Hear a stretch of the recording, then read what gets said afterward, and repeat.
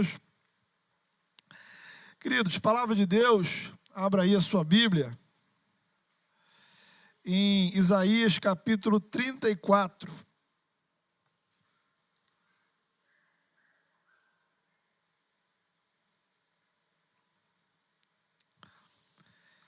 Isaías capítulo 34, nós vamos ler do versículo 1 ao versículo 8. Vamos seguir aí a tradução da NVI, texto que vai ser também, já está aí projetado para você.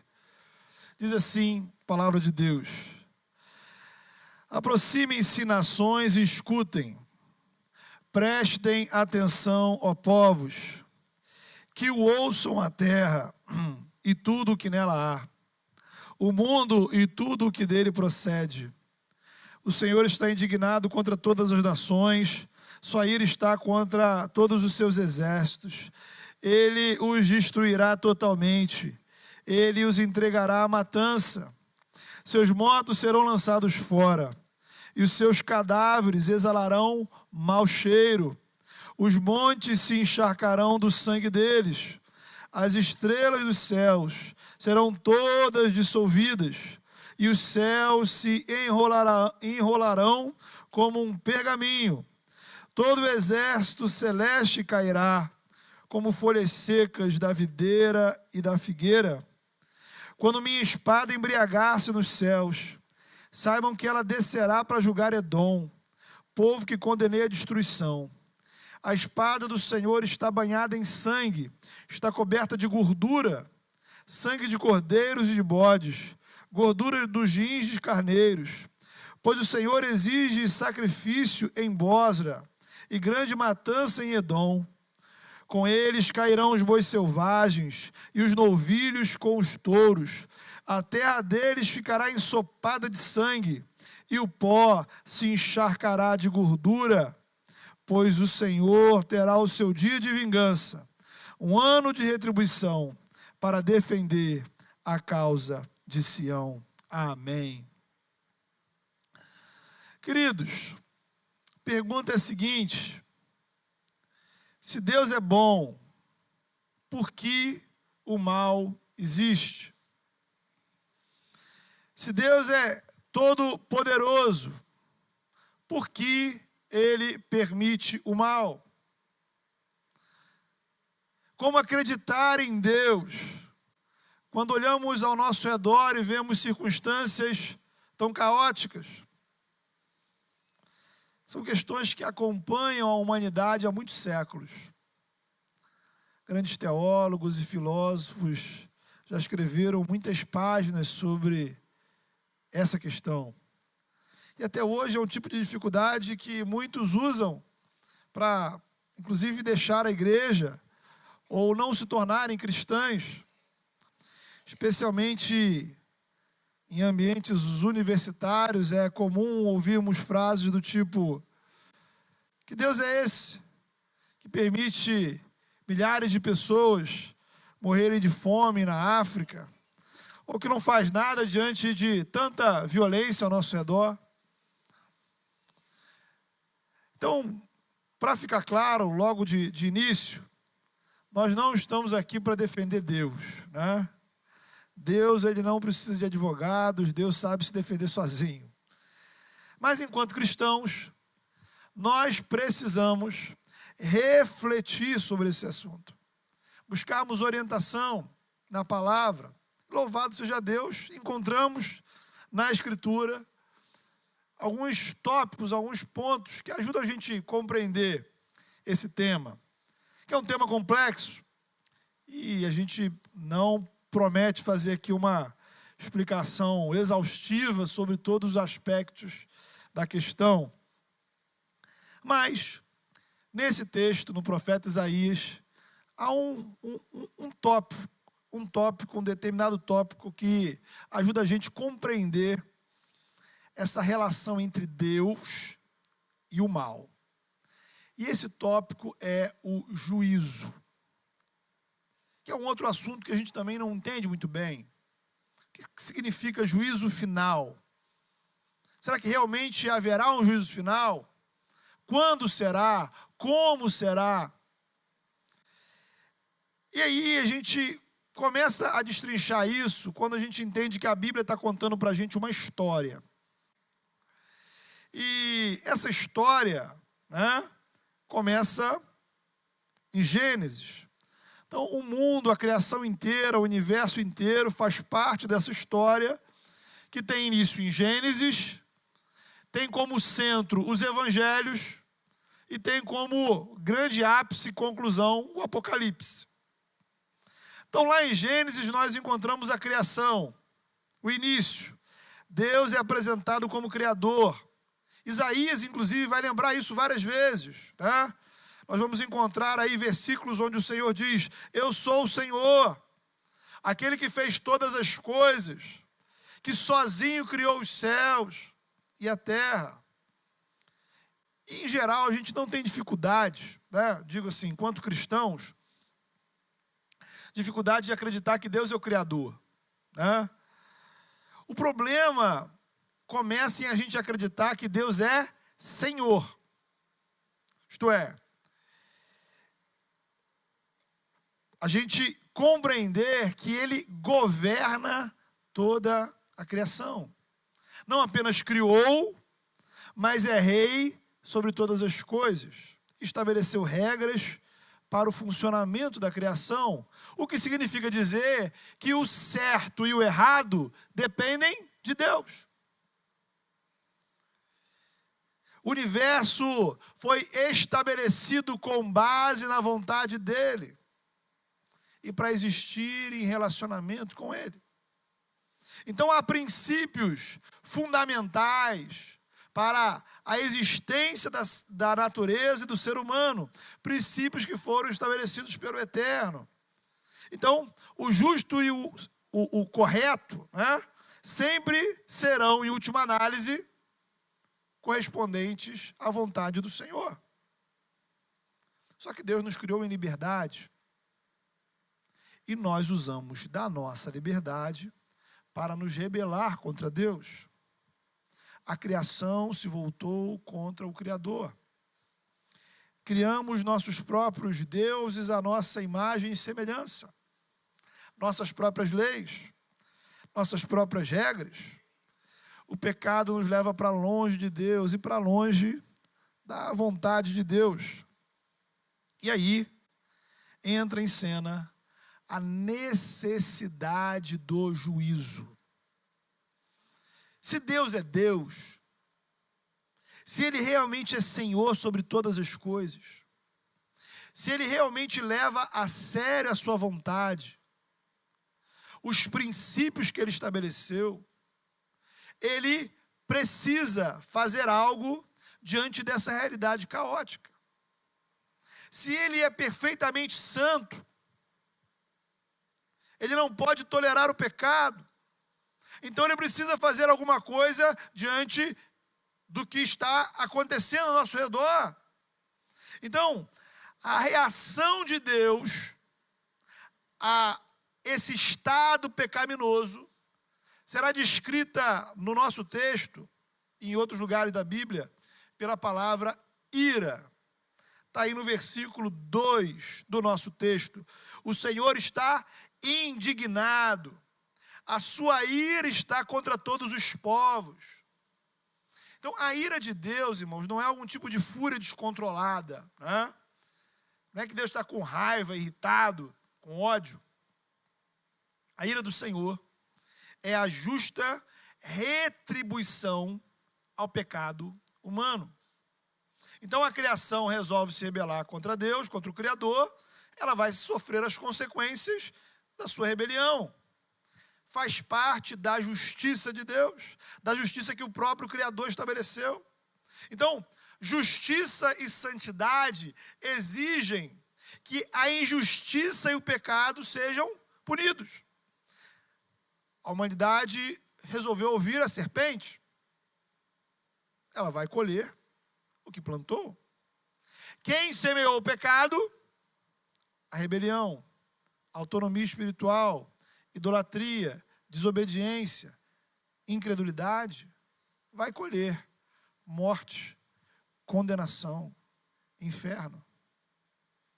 Portanto, a partir de Gênesis 3, a partir do momento em que todos fomos afetados pelo pecado, a criação inteira passou a estar sob o juízo do Senhor. Somos todos merecedores desse juízo, porque não vivemos conforme a justiça do Criador. E a Bíblia vai nos mostrar que Deus estabeleceu um dia para prestação de contas. Um dia em que toda a criação estará diante do Criador para ser julgada com base na justiça dele, na vontade dele, no que ele mesmo estabeleceu como certo e errado. Esse é o dia do juízo. Esse é o dia da ira do Senhor. Versículo 8. O dia da vingança, o ano da retribuição. É uma verdade, irmãos, que aparece por toda a Escritura. O dia da justiça de Deus, o dia do julgamento final, o dia da prestação de contas. Lá no Salmo 96 nós vamos encontrar o salmista dizendo: porque ele vem julgar a terra, julgará o mundo com justiça, julgará os povos com fidelidade. Os profetas vão chamar esse dia de o dia do Senhor. O profeta Sofonias vai dizer: o grande dia do Senhor está próximo, logo vem, ouçam. O dia do Senhor será amargo, até os guerreiros gritarão. Será um dia de ira, de aflição e angústia, de sofrimento e ruína, porque pecaram contra o Senhor. A sua prata e o seu ouro não poderão livrá-los do dia da ira do Senhor. Então o profeta não está falando de uma coisa que ia acontecer numa determinada data, né, num fim de semana qualquer. Não. É o dia. O Novo Testamento mostra que esse grande juízo está associado à segunda vinda de Cristo. Então Jesus afirmou isso, que em sua vinda gloriosa, ele se assentará no trono para julgar todas as nações. Pedro, quando foi à casa de Cornélio, Atos capítulo 10, ele vai dizer assim: Jesus nos mandou pregar ao povo e testemunhar que ele é aquele que Deus constituiu juiz de vivos e de mortos. O apóstolo Paulo, 2 Coríntios 5, versículo 10, pois todos nós devemos comparecer perante o tribunal de Cristo, para que cada um receba de acordo com as obras praticadas, quer sejam boas, quer sejam más. E aí, finalmente, a gente chega em Apocalipse, no capítulo 20, onde João vai descrever a seguinte visão: vi um grande trono branco, e aquele que nele estava sentado. A terra e o céu fugiram da sua presença. Parêntese, né? Porque a própria criação, ela sente temor diante da presença de Deus. João continua: vi também os mortos, os grandes e os pequenos, famosos, anônimos, importantes ou não, todos de pé diante do trono, e os livros foram abertos. O outro livro foi aberto, o livro da vida. Todos os mortos foram julgados de acordo com o que tinham feito, segundo o que estava registrado nos livros. O mar entregou os mortos que nele havia. A morte e o Hades entregaram os mortos que nele havia. E cada um foi julgado de acordo com o que tinha feito. Então, irmãos, tão certo quando você crê em Deus, tão certo como a gente crê em Jesus, tão certo como acreditamos nas bênçãos e promessas descritas na palavra, é certo que haverá um dia de juízo sobre todo o universo. O juízo é tão parte do Evangelho quanto é a salvação. Você pode não falar muito dele, né? Não é um assunto muito popular. Vemos aí que muitos cristãos ou muitas igrejas sequer pregam sobre o assunto. Mas ele não é o tipo de verdade assim, isolada, não é uma questão de doutrina. Está na Bíblia toda, no Evangelho todo. É mensagem central do que nós cremos ser Evangelho. Um dia, e esse dia vem, toda a criação estará diante do Criador e do seu Filho, sem discriminação nem acepção de pessoas. O juízo final será absolutamente democrático. Todos estarão diante do Senhor. Os anjos, os demônios, os seres humanos, crentes, não crentes, ricos, pobres, todos. Então isso nos leva a um segundo ponto. Então nosso primeiro ponto é, o juízo final é certo. Ele acontecerá. Segundo ponto é que parte do nosso desconforto sobre o assunto vem lá da Idade Média, de uma visão medieval sobre o juízo final. Nós associamos a ideia de juízo final a catástrofes, desespero, todo tipo de desgraça. Né? Então, o juízo final passou a ser associado na nossa cultura a uma ideia de medo. Infelizmente, foi assim que muitas igrejas ensinaram ao longo dos séculos e muitos cristãos aprenderam. Porém, talvez isso te surpreenda, essa não é a visão da palavra de Deus. A Bíblia, livro inspirado por Deus e escrito pelo povo de Deus.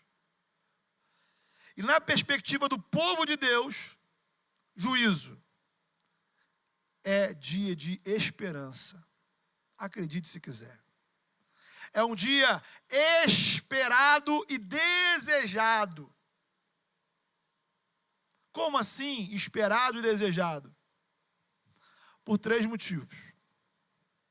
Primeiro, será o dia em que o mal será definitivamente destruído. Louvado seja Deus por isso. Então, o mal, em todas as suas formas e manifestações, ele não é eterno. O mal não é invencível. Para aqueles que amam o Senhor, para aqueles que creem no Senhor, para aqueles que anseiam pela presença do Senhor, para aqueles que têm prazer na vontade do Senhor.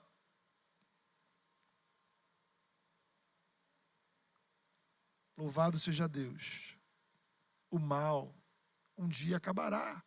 Mas a sensação que temos é que parece que o mal reina neste mundo, nesta realidade. Por todo lado vemos pecado, maldade, violência, corrupção, mentira, prostituição, impunidade, fome, doenças, guerras, opressão espiritual, diferentes formas de miséria, famílias destruídas. Parece não ter fim, parece não haver solução.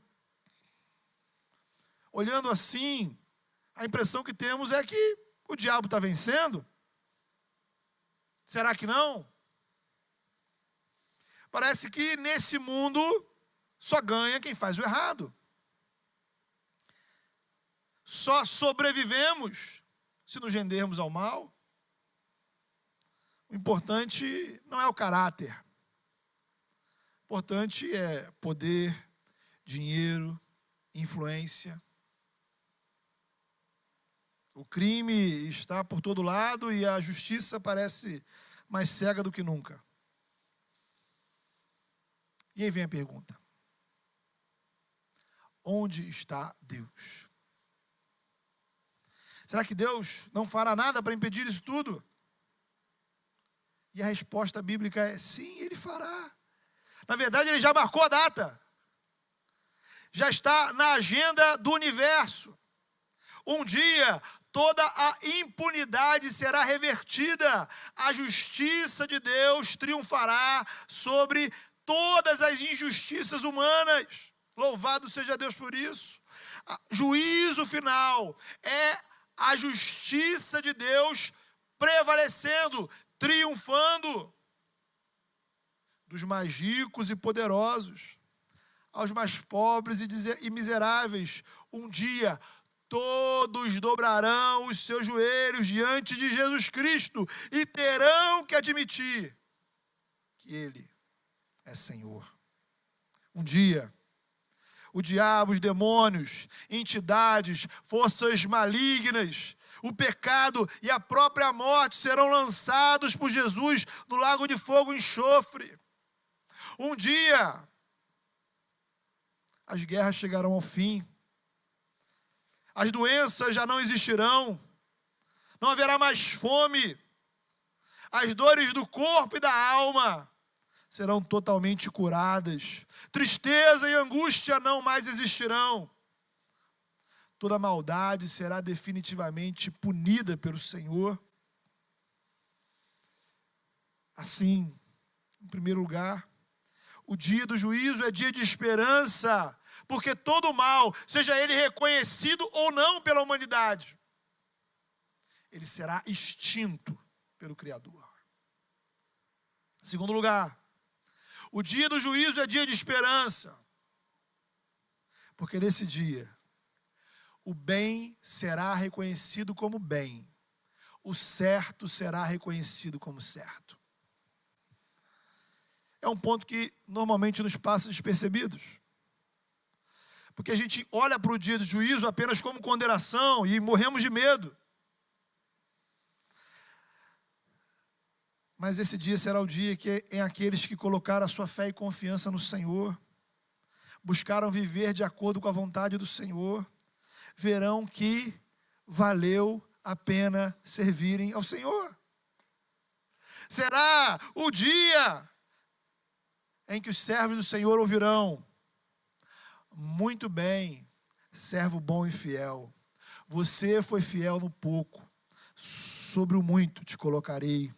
Venha e participe da alegria do seu Senhor. Como diz em Hebreus 6, versículo 10, Deus não é injusto. Ele não se esquecerá do trabalho de vocês e do amor que demonstraram por Ele. Então, o dia do juízo é dia de reconhecimento. Por isso, é um dia ansiado e desejado pelo povo de Deus. Será o dia em que os que choram por tentar servir ao Senhor serão consolados. Os humildes receberão a terra por herança. Os que têm fome e sede de justiça serão satisfeitos. Os misericordiosos obterão misericórdia. Os puros de coração verão a Deus. Será o dia, louvado seja Deus, em que aqueles que foram perseguidos por causa da justiça, aqueles que diante da morte não amaram a própria vida, mas preferiram permanecer fiéis ao Senhor, aqueles que pela fé disseram não ao mundo, que resolveram não se contaminar, nem se corromper, aqueles dos quais o mundo não era digno, esses verão a concretização das promessas do Senhor. Será o dia em que você verá a sua dedicação, o seu empenho, as lutas que você enfrentou, os sacrifícios que você fez, os prejuízos que talvez você teve por ser fiel ao Senhor, por obedecer à missão, por amor ao reino, por amor à igreja. Então você verá que tudo isso valeu a pena, que na verdade você sempre escolheu o lado certo. Porque o nosso trabalho no Senhor não é em vão. Quantas coisas fazemos pelo reino e não obtemos o devido reconhecimento, né? Às vezes é o contrário. Quantas lutas temos em nosso dia a dia para não ceder à pressão da sociedade? Quantas lutas você passou essa semana, talvez, para dizer não ao pecado, para fazer o certo? E ninguém vê, e ninguém entende, e ninguém dá o devido valor. E ainda por cima, você faz o certo, você escolhe o correto, você opta pela vontade de Deus. E o que vem sobre a sua vida? Tribulações, dificuldades, até críticas. E você pensa, Senhor, será que vale a pena mesmo?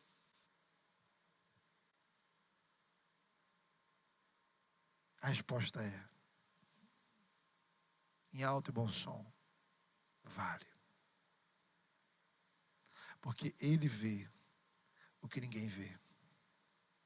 Ele sabe, meu irmão, minha irmã, Ele sabe o que você tem enfrentado para chegar até aqui. Ele valoriza, Ele se importa e Ele se agrada da sua obediência. E um dia Ele cumprirá sobre a sua vida todas as promessas que Ele fez. Dia do juízo é dia de esperança, porque o mal será extinto, o bem será reconhecido. Em terceiro lugar, porque o dia do juízo é o penúltimo capítulo da história. Note bem, quando a gente ouve a expressão juízo final, a gente tende a achar que o final é só juízo. A última coisa que Deus tem para esse mundo é o juízo. Como já disse aqui certa vez, o dia do juízo, ele marca o fim de uma temporada e o início de outra. O juízo é a preparação para a chegada da plenitude da salvação. Os novos céus e a nova terra. Isaías vai descrever isso de maneira poética, no capítulo 40, dizendo assim: um dia, todos os vales serão levantados, todos os montes e colinas serão aplanados, os terrenos acidentados se tornarão planos, as escarpas serão niveladas, e a glória do Senhor será revelada, e juntos todos a verão. Os vales e montanhas representam simbolicamente o mal e as dificuldades desse mundo.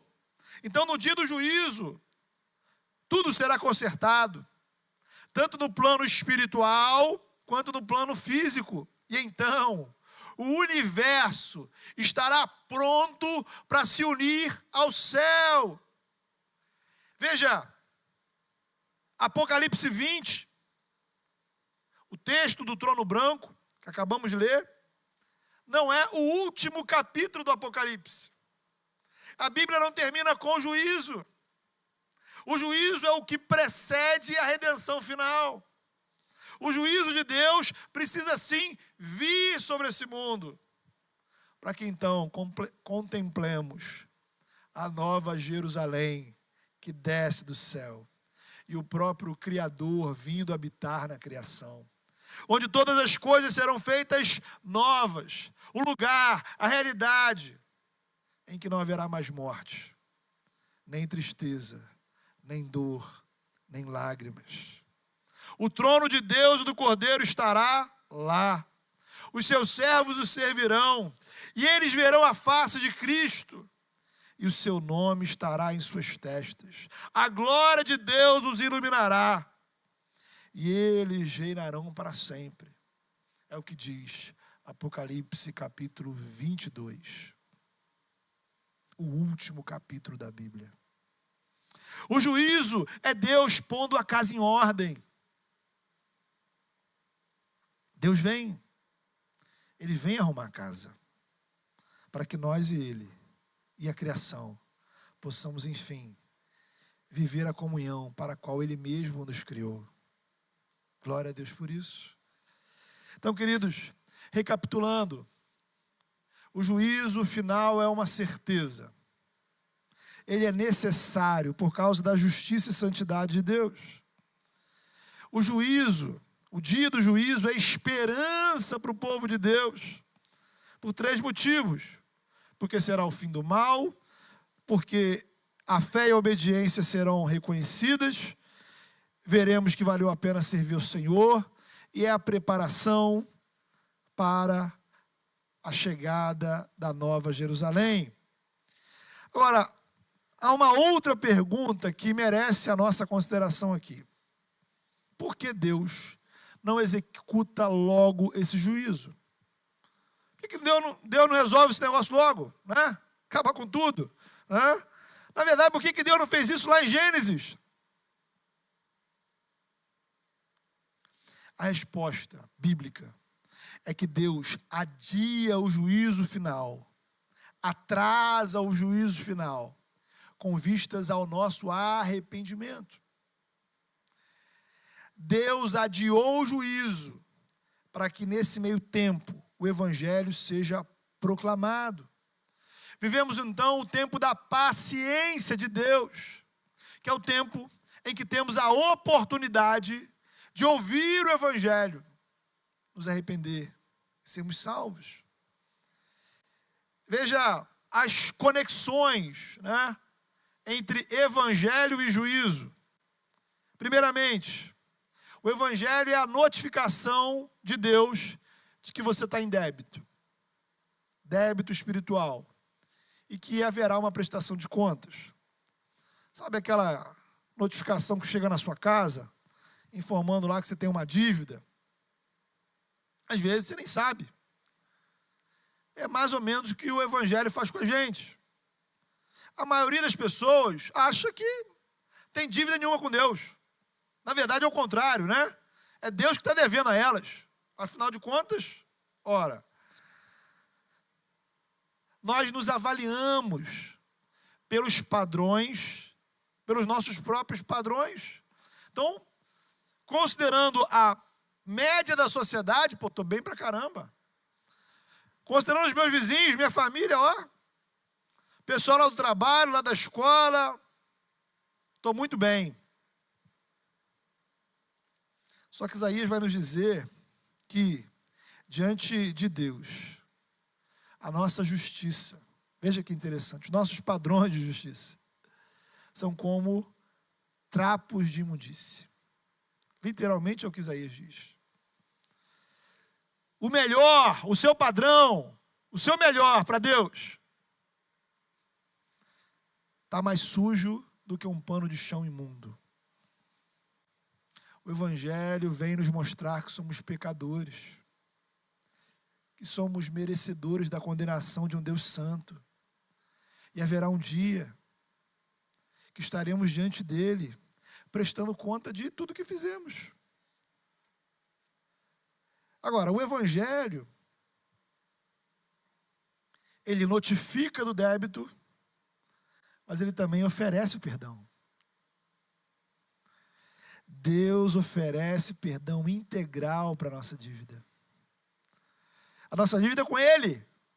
E é por isso que Ele pode dar perdão.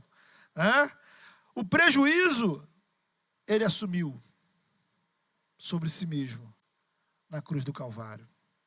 A dívida Ele pagou. Como diz lá em Colossenses, o escrito de dívida que era contra nós está cravado na cruz. Algo interessante em relação às dívidas, né, no mundo, é que normalmente a gente recebe proposta de parcelamento, né? Mas dificilmente, né, pelo menos eu nunca recebi, não sei se você já recebeu algum tipo de cartinha assim, dizendo, olha, informamos que essa empresa resolveu te abençoar e perdoar todas as suas dívidas, né? Imagine, seria ótimo, né? É o que Deus faz com a gente, por meio de Cristo. É o que Deus te oferece por meio do Evangelho. Aqui, agora, hoje. Perdão. Mas não só perdão. Reconciliação. Porque Deus podia, tipo assim, né? Te perdoo, mas vão viver em outro mundo, em outro planeta, em outra dimensão. Deus nos chama de volta. O pecado nos afastou de Deus. Jesus nos reaproxima. A distância é superada. E aí, nesse sentido, o Evangelho funciona como uma antecipação do juízo. Porque quem aceita a mensagem, quem crê na mensagem do Evangelho, quem recebe Jesus como seu Senhor e Salvador, já não precisa temer o juízo. Nós somos as ovelhas do Senhor. Nós trazemos em nossa vida a marca da salvação. Somos propriedade exclusiva dele. E foi ele quem nos fez assim, por sua graça. Então, para quem crê em Jesus, juízo final é apenas expectativa e esperança de um novo céu, uma nova terra. Agora, quem não acolhe o Evangelho com fé, conforme disse o próprio Jesus, já está julgado. Já está julgado. Já está condenado, inclusive. Em outras palavras, o juízo final já está aqui. O seu juízo final está acontecendo nesse momento, nesse culto, nessa pregação.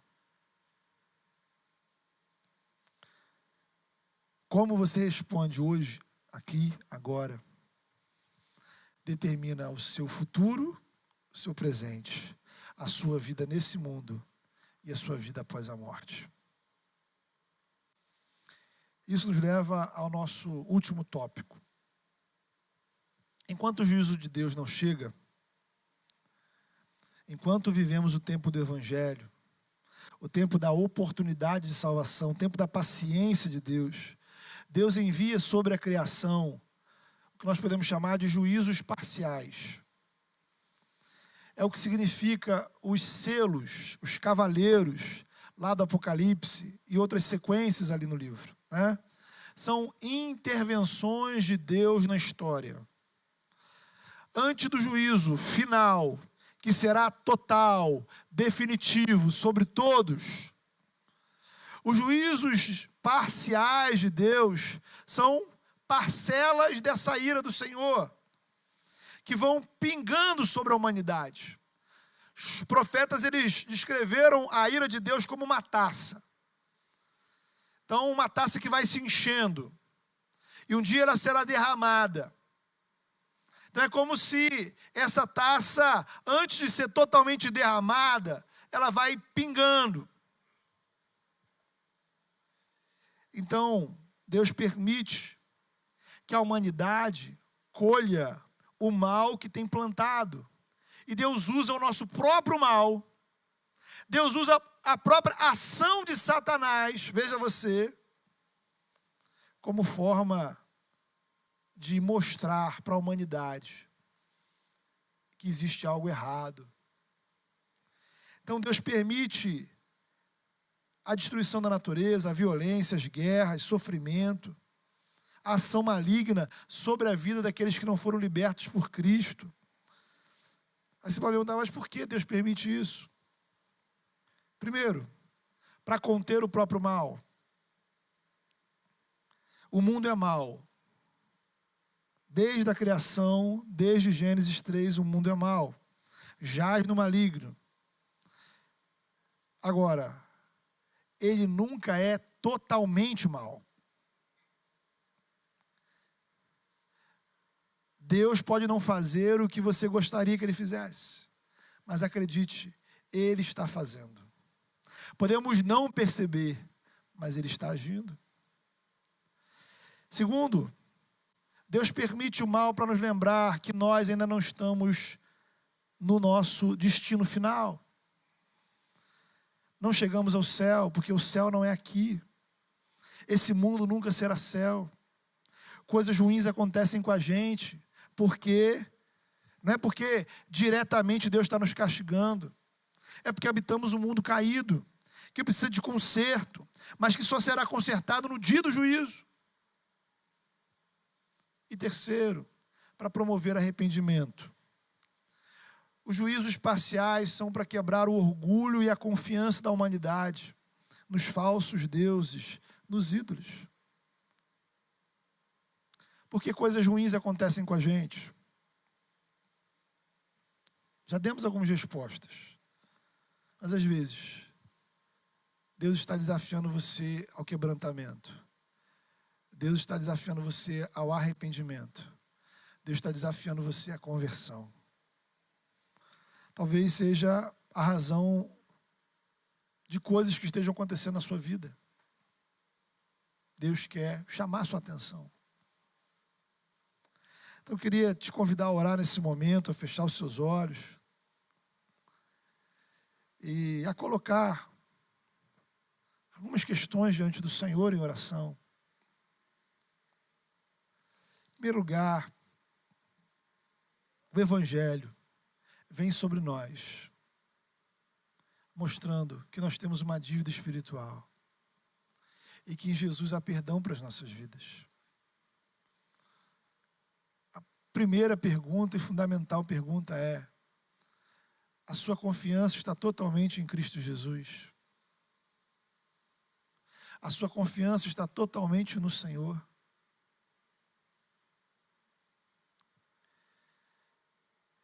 Se a sua confiança estiver totalmente no Senhor, você não precisa temer o juízo. Não precisa temer o encontro com o Senhor. Se você não tiver essa confiança, entregue a sua vida ao Senhor. Diga para o Senhor: Senhor, eu quero confessar Jesus como meu único e suficiente Salvador. Eu quero o perdão que o Senhor me oferece totalmente para a minha vida. Mas talvez você esteja servindo ao Senhor e são lutas e tribulações e dificuldades e problemas, às vezes em casa, às vezes na igreja, às vezes dentro de você. E há momentos que rola aquela questão, assim, poxa, será que vai valer a pena? Será que não é melhor jogar tudo para o alto? Acredite, o Senhor está vendo e valoriza a sua obediência.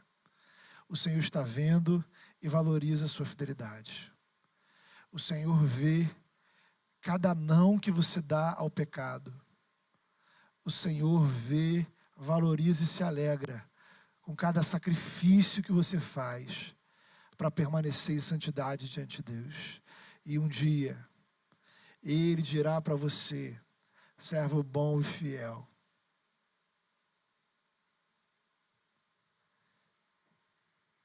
Se o seu coração se angustia com as injustiças desse mundo, acredite, esse mundo não é para sempre. Um dia, o Senhor trará uma nova realidade. E aqueles que têm fome e sede de justiça serão satisfeitos. Fale com o Senhor.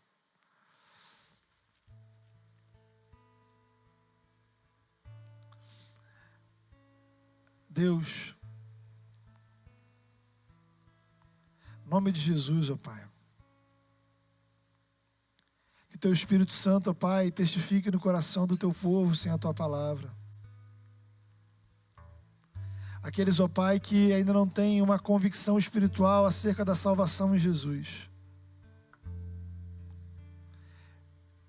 Que neste momento, Senhor, por essa pregação, possam ser constrangidos, ó Pai, por Ti mesmo, a render-se aos pés de Jesus, a confessá-lo como Senhor e Salvador, e a descansar na graça, no amor que o Senhor tem para nós.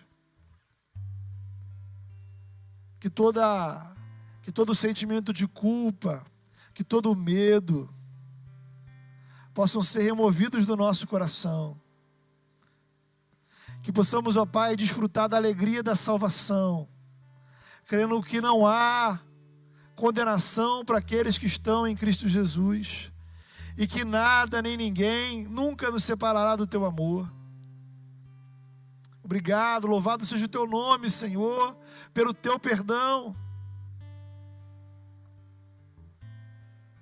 Senhor, fortalece o coração, ó Pai, daqueles, ó Deus, que estão cansados. Pai, que aqueles, ó Pai, que têm perseverado, mas que têm enfrentado tribulações e lutas, ó Deus, possam nessa hora, mais uma vez, terem o seu coração renovado, crendo, Senhor, que o Senhor os vê, que o Senhor se alegra com a vida deles, que o Senhor, ó Pai, se importa com a obediência deles, que o Senhor está ao lado deles, ó Pai, vendo cada esforço, cada dedicação, cada lágrima, cada dor que é enfrentada. Ó Pai, que um dia o Senhor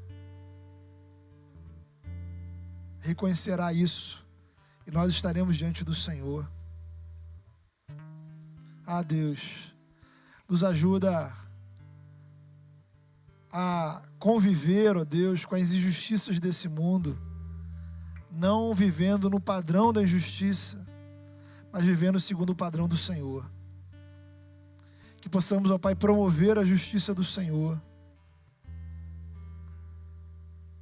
e que as injustiças, que as impunidades, que as maldades, ó Pai, não sufoquem no nosso coração a alegria e a esperança em Ti, Senhor.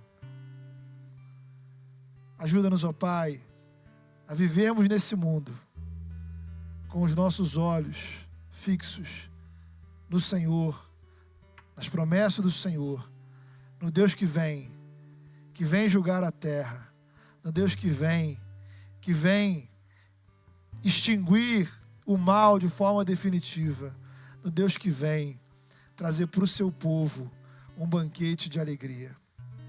Ó Deus, em nome de Jesus, é o desejo do nosso coração. Em nome do teu Filho oramos. Amém.